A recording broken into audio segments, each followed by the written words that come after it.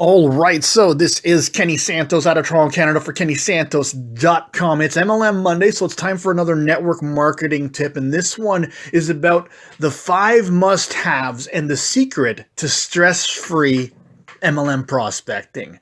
All right. And if you can get good at prospecting in our profession of network marketing, then you can conquer everything. Everything starts with prospecting. If you want to know how to do stress-free prospecting, stress-free prospecting, then stay tuned. Now, before I get into all the content, I invite you to do something real simple. If you get value from my content, my blog, my videos, my channel, then I invite you to do something super simple. I invite you to either like, subscribe, share, and or comment.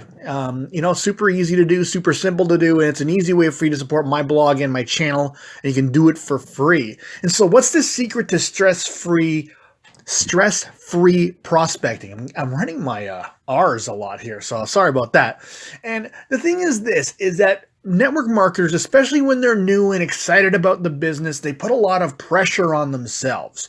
And they're excited about their product or their service or the business, and that's great. They should be excited about it. However, this excitement blinds them, and they start acting in ways that actually push their prospects away rather than pull them or attract them towards them. And if you keep in mind these 5 must-haves, then your prospecting will be a lot easier for you. You're going to be a lot more efficient at it, and it's going to be stress-free.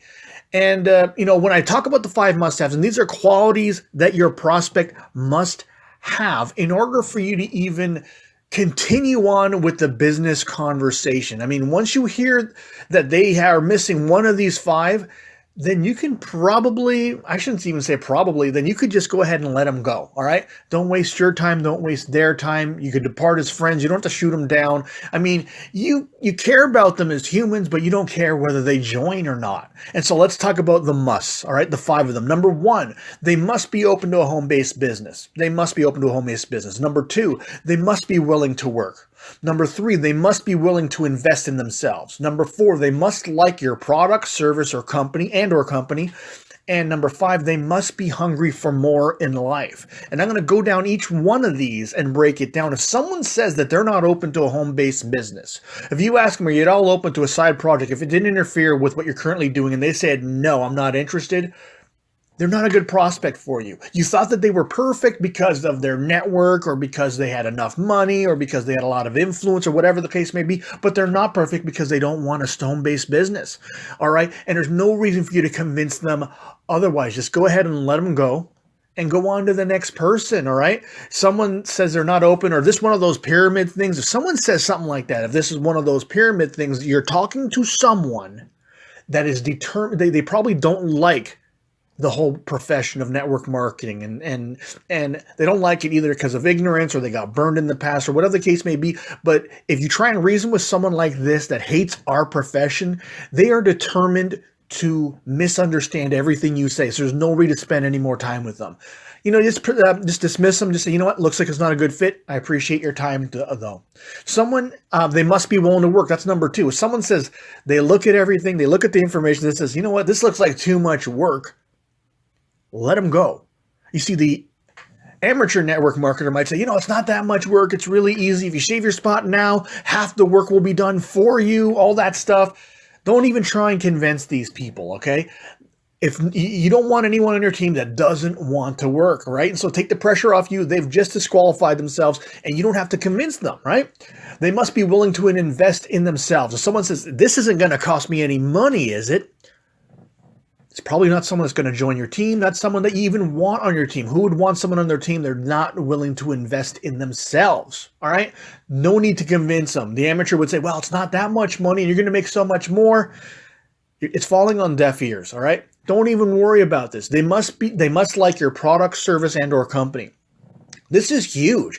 Someone doesn't like your product, your service, or your company, then why would you even want them on your team? All right. You want someone that's a raving fan. You want someone that's going to buy it all the time, because if they are going to buy your product and they're going to buy it each and every month, they're going to buy it whether they make money or not. They're going to make money whether, they're successful in the business or not. However, if they're only buying it to make money, then the moment they stop making money, they're going to quit and they're going to bring their, anyone they've recruited with them, all right? And so if they don't like your product, service, or company, why would you even want that on your team? And the next part, they must be hungry for more, all right? Someone says, well, I hate my job, but it's not so bad. If I put up with this for another 10 years, then I'm going to get a nice pension or a nice retirement. Then I can sit back and relax. Someone that isn't hungry for more isn't someone that you want on your team. And you'll find that after going through these, going through the sales process, whether you qualify them first to have a little look at the information, you follow up with them, and any of these come up,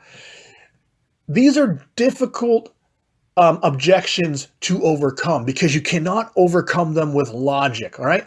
There is a chance that you can overcome them, but you got to be really good at sales, all right?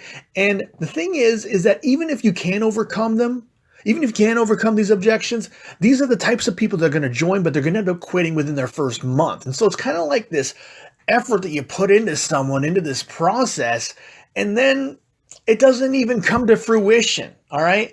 I'm not saying that to give up on people or anything like that. And are you going to miss out on some people just by, arbitrarily disqualifying them just because they don't have, because they're missing one or more of these 5 qualities? You're going to miss out on some people, but you're going to be able to sign up so many more people because you're not wasting your time on I shouldn't call them deadbeats. I mean, they're wonderful people, I'm sure, but on people that aren't going to join, all right? And so if someone isn't going to be a good fit, they don't have these 5 must-haves, if they don't have them, then the pressure's off of you and you just let them go. And once I realized this, I realized how much easier and stress-free prospecting is. You thought, oh man, this seems like a good person. They have some money. They have some network. They're hungry for more. Oh, but they aren't willing to, but they don't like the product. Oh, I thought they were going to be a good fit, but they're not a good fit. Gotta let them go. No pressure, let them go. The pressure's on you when they're missing one of these 5 things and you're trying to convince them that they have to have them. Oh, you gotta have a home-based business because of X, Y, and Z. You have to be willing to work because of X, Y, and Z. You have to be willing to invest because of X, Y, and Z. You have to be hungry for more. You have to like our product, company, or service. What do you mean you don't like our product? Man, it's scientifically proven. You don't have to say any of that, right? That stuff doesn't work. Someone doesn't like your product.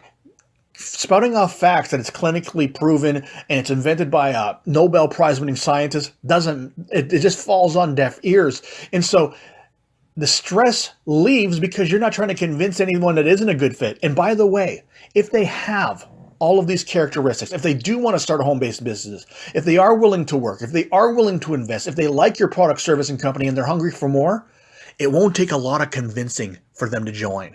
They're just going to want to sign up. All right. And that's why they say it's a number game. It's a numbers game. They have these 5 musts.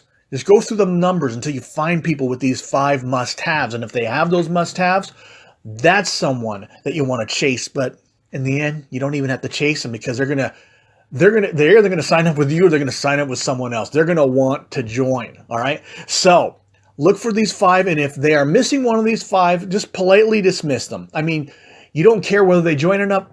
But you do care whether you care about them as a person, but you don't care whether or not they join. Just dismiss them and say, you know what? Thanks, Bob. I'm glad you had a look at this. Looks like it's not a good fit. But we'll catch you later, that sort of thing. Just let them go. All right. Super simple, super easy, super effective, and stress-free. I trust you got some great value out of this. I invite you to like, subscribe, share, and comment. If you want to see more videos like this, go over to my blog. It's kennysantos.com. You can even put your name and email in. You're going to get an awesome audio and growing your business. And remember this, every day, multiple times a day, the universe sends us miracles. We only got to do 2 things about that. We get to recognize those miracles. And then my favorite part of the whole equation, we get to accept those miracles. All right. Take care and create a great day.